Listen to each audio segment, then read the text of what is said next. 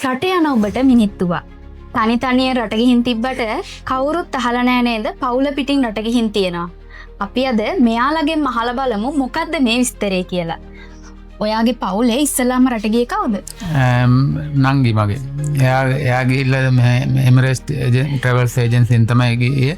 ඒ ගිහිල්ලා එයාගේ තව යාළුවෝ 4-5 දෙනෙකුත් ගියා. නංගි තමයි අපිට දැනුම් දුන්නේ මේ ඒජන්සිය හොඳයි මෙතනින් මේ යන්න. එයාට හොඳ ගෙවල් හම්බ වුණා. එහෙම කියලා දුන්නා. ඊට පස්සේ තමයි අපිත් දැන් මෙතන බාර දුන්නේ. අපිත් මේ 15 වෙනිදා අපිත් මගේ බිරිඳත් පිටත් වෙනවා. නංගිට ඉතාමත් හොඳ ගෙවල් ලැබිලා තිබුණා. ගෙදරින් ගොඩාක් හොඳට සලකලා තිබ්බා. එයාට හදිසි අවස්ථාවකදී එයා අවුරුදු 2 සේවා කාලය ඉවර වෙන්නත් කලින් එයාට හදිසියක් කළා මේ ලංකාවට එන්න උවමනාව තිබ්බා. ඒ මැඩම් මේ විදිහටම එයාව ආපහු එවලා තිබ්බා. මේ ගොඩාක් හොඳට සලකලා තිබ්බා. අපිට ලොකු විශ්වාසයක් තියෙනවා එමිරේට්ස් ට්‍රැවල්ස් මේ ඒජන්සිය ගැන. ඒකින්ද තමයි අපිත් බය නැතුව මේ දෙක කර මේ අපිත් පිටත් වෙන්න සහභාගී වුණේ. ඔබ දැන් 15 වෙනිදා විදේශගත වෙන්න සූදානමින්ද සිටින්නේ? ඔව් මම සූදානමින් සිටින්නේ. හැමදේම මම ලෑස්ති කරගෙන ඉන්නේ. මොකද මට මේ ආයතනය අඳුන්ලා දුන්නේ මගේ මහත්තයාගේ අක්කා. ඇත්තටම ගොඩාක් හොඳ ආයතනයක්. හැමදේම නීති අනුකූලව අපිට කරලා දෙනවා. තවත් අලුතින් රට යන්න ඉන්නවනම් මේ ඒජන්සියට ඇවිල්ලා බාර දෙන්න කියලා මම කියනවා. දැන් ඔබගේ බිරිඳ විදේශගත වෙන්නනේ හදන්නේ. දැන් ඔබට මොන වගේ අත්දැකීමක් සහ මොන වගේ හැඟීමක්ද තියෙන්නේ පිටිබඳ? මට ඒ ගැන කිසිම සැකයක් බයක් නැහැ. මොකද මගේ නංගිලා මේ නංගිත් යාගේ යාළුවෝ 5 දෙනෙක් විතර මේ ඒජන්සියෙන් ගිහින් තියෙනවා.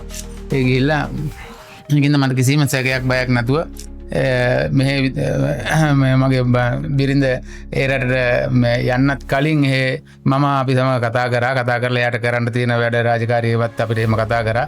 ඒ වගේ අවස්ථාවකුත් අපිට මේ ඒජන්සියෙන් දීලා තියෙනවා.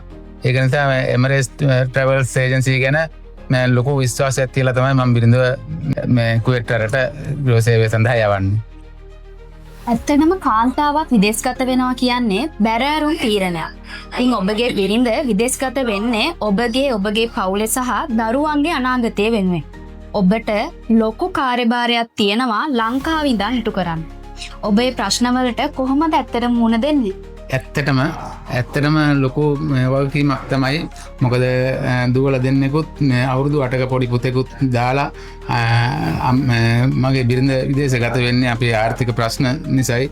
මම පුතාවත් ඒ විදිහට බලා හදාගෙන දරුවන්වත් බලා හදාගෙන කිසිම බයක් හැකක් නැතුව එමිරේට්ස් ට්‍රැවල්ස් කියන ආයතනයෙන් යන්න මට ගොඩාක් ලොකු විශ්වාසයක් තිබුණා. ඒගොල්ලොත් එක්කලා කතා බහ කරද්දී ඒගොල්ලන්ගේ දේවල් දකිද්දි කරද්දී ඒකින්ද මම කිසිම බයක් නැතුව මේ බිරිඳව විදේශ මේ එමිරේට්ස් ආයතනයෙන් විදේශගත කරන්න තීරණය කරා. මොකද මම තවත් කියනවා අපේ නැති බැරි ප්‍රශ්නත් එක්කලා බිරිඳවරු රට යවන්න ඉන්න ස්වාමි පුරුෂයන්ට මම බය නැතුව කියනවා එමිරේට්ස් ආයතනයෙන් මේ විදේශගත වෙන්න කිසිම බයක් හැකක් නැතුව තමන්ගේ බිරිඳව අපේ තියෙන ප්‍රශ්න ඉවර කරගන්න. අපේ ආර්ථික ප්‍රශ්නත් එක්කලා අද කාලේ ගොඩාක් මේ ආර්ථිකයට ගොඩාක් අමාරු තත්ත්වයක් තියෙන අපිට ගෙයක් දොරක් හදාගන්න ඒ වගේ සිහින තියෙනවා අපිට.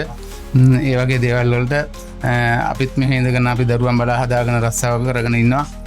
ඒයින් අතරේ එමිරේට්ස් ආයතනයට කිසිම බයක් හැකක් නැතුව බිරිඳවරුන් රට යවනවා නම් එමිරේට්ස් ආයතනයට බාර දෙන්න කියලා මම රට යන්න ඉන්න බිරිඳවරුන්ගේ මහතුරුන්ට